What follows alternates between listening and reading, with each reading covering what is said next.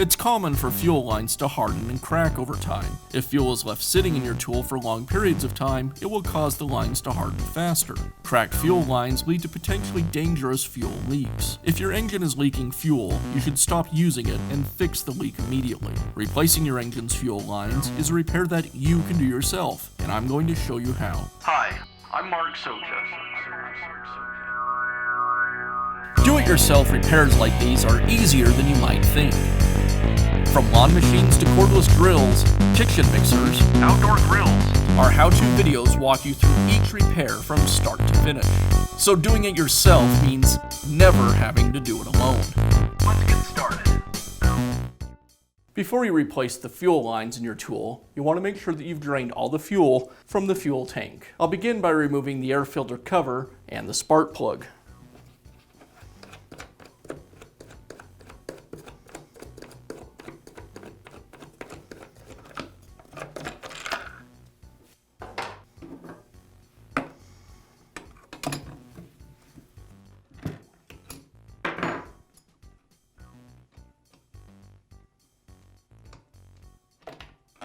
Now I'll remove the air filter and the top cover.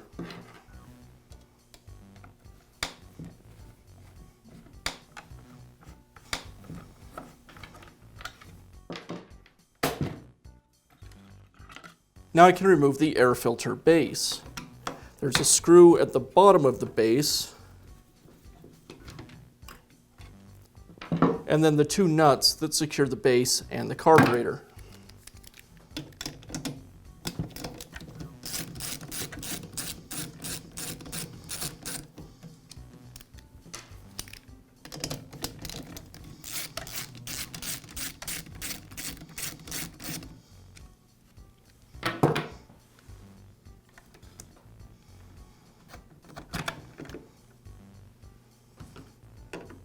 Now I'll remove the carburetor.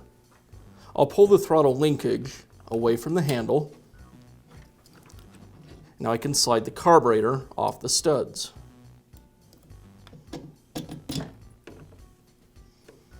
I'll note the location of the fuel lines and then remove them.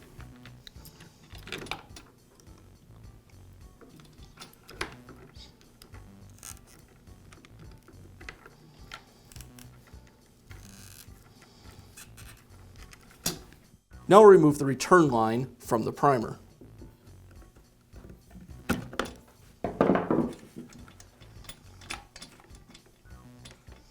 Now I'm going to cut the old fuel lines away from the tool. I'll cut them flush with the tank.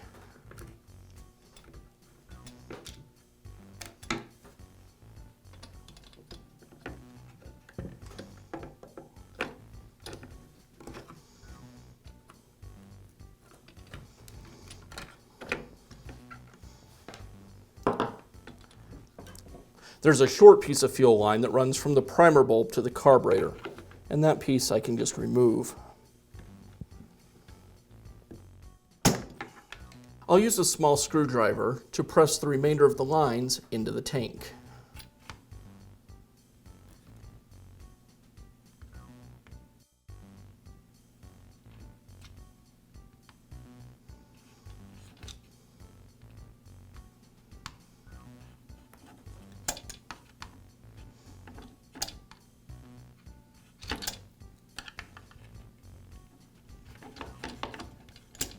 Now I'll remove the fuel cap, and I have a small wire hook that I'll use to pull the old fuel lines out of the tank.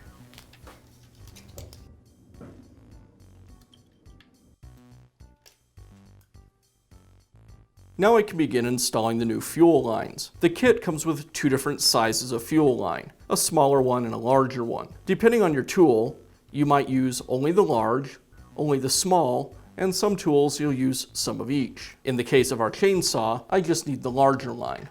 You'll notice that one end of the line is cut at a taper. If your fuel line doesn't have this taper, go ahead and cut one onto it. This makes it easier to insert it into the holes in the tank. I'll begin with the pickup line. That's the line that has the fuel filter attached. And in the case of my saw, it passes through a rubber grommet. I'll take the pointed end of the line, insert it into the grommet, and begin pressing line into the tank. I'll push about 6 inches of the line into the tank. Once I have enough line inside the tank, I can pull the end of the line out of the fuel tank. I'll cut off the taper, and I'll reinstall the fuel filter. This is a good time to check your fuel filter. If it looks dirty or plugged, you'll want to replace it. Ours is practically new, so I can remove the old piece of fuel line from it and press it onto the new fuel line.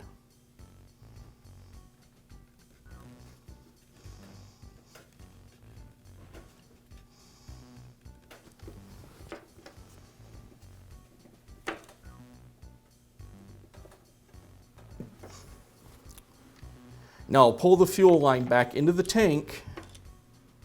I want to leave just enough excess so that the fuel filter can move freely around inside the tank. I should have some excess line when I'm done, so for now, I'll leave the fuel lines slightly long. Now I'll cut a new taper onto the end of the line. This will be our return line, and I'll feed it through the second hole in the fuel tank.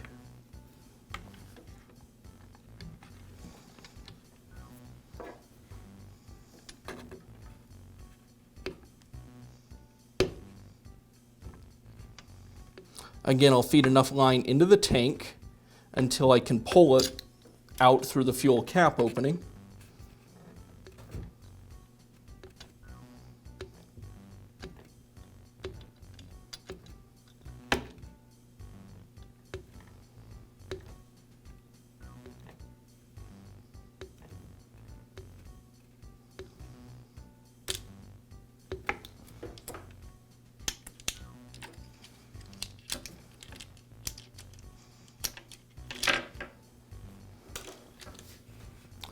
Again, I'll cut off the taper. The fuel line kit came with this small barbed connector. This would be used to hook 2 pieces of fuel line together. But in this case, we're going to install it to the end of the return line.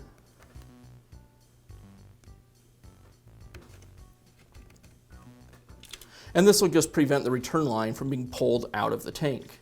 Again, I'll pull the excess tubing back into the tank and cut the line slightly long.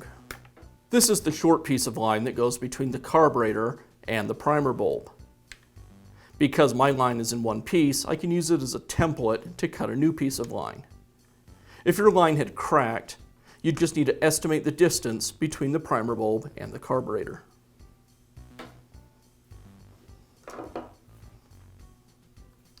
Now reinstall the fuel lines to the primer bulb. You'll notice on a primer bulb, there's a longer leg and a short leg.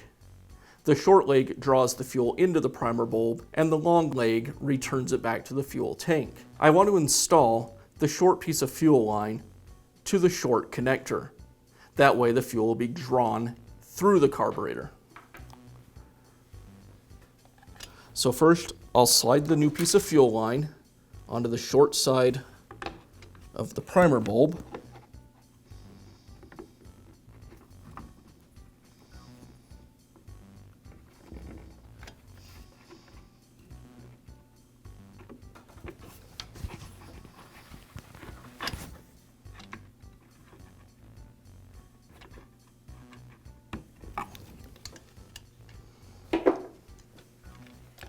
Next, I'll take the return line that we inserted into the tank and attach it to the long leg on the primer bulb.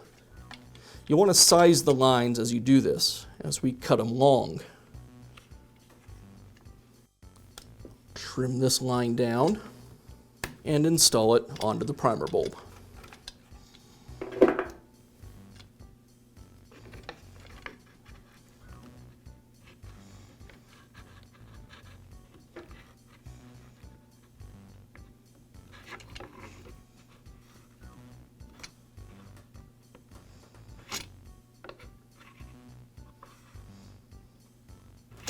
Now I can begin reinstalling the carburetor. First, I'll reattach the return line to the carburetor. This is the line that goes to the primer bulb.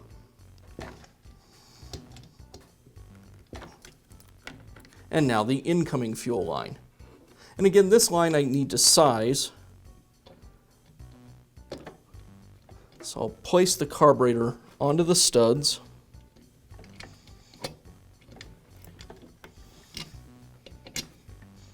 And this will allow me to get an idea of the length.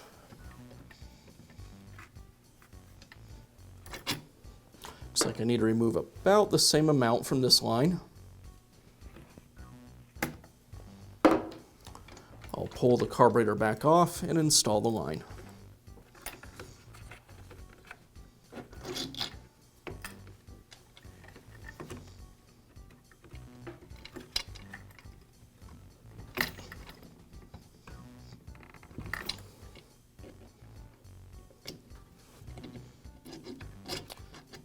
Place the carburetor back on the studs. I'll press the throttle linkage back into the handle, and I'll lay the choke lever down into the handle. And now I can reinstall the air filter base.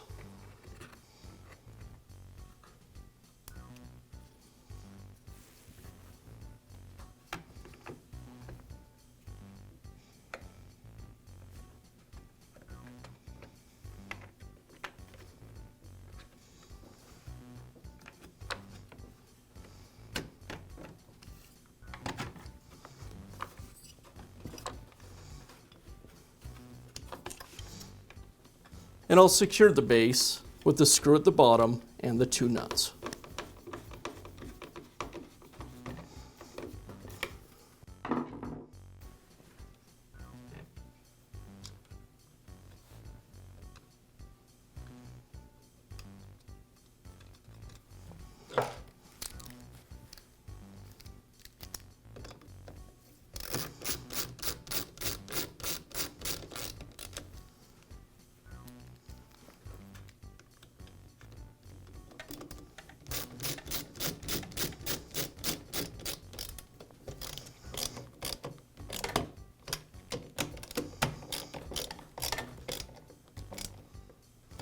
Now I'll reinstall the top cover.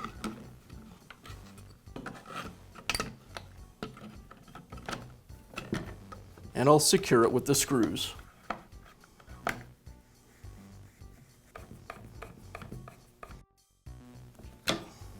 I'll reinstall the spark plug.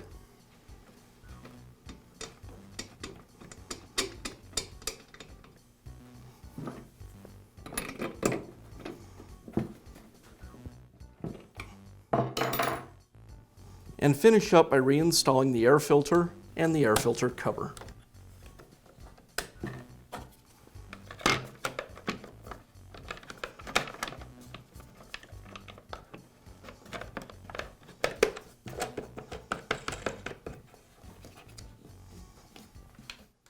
And now you know how to install new fuel lines on your outdoor equipment. Be sure to check back often for new videos and expert advice. If you found this video helpful, give us a thumbs up And leave a comment.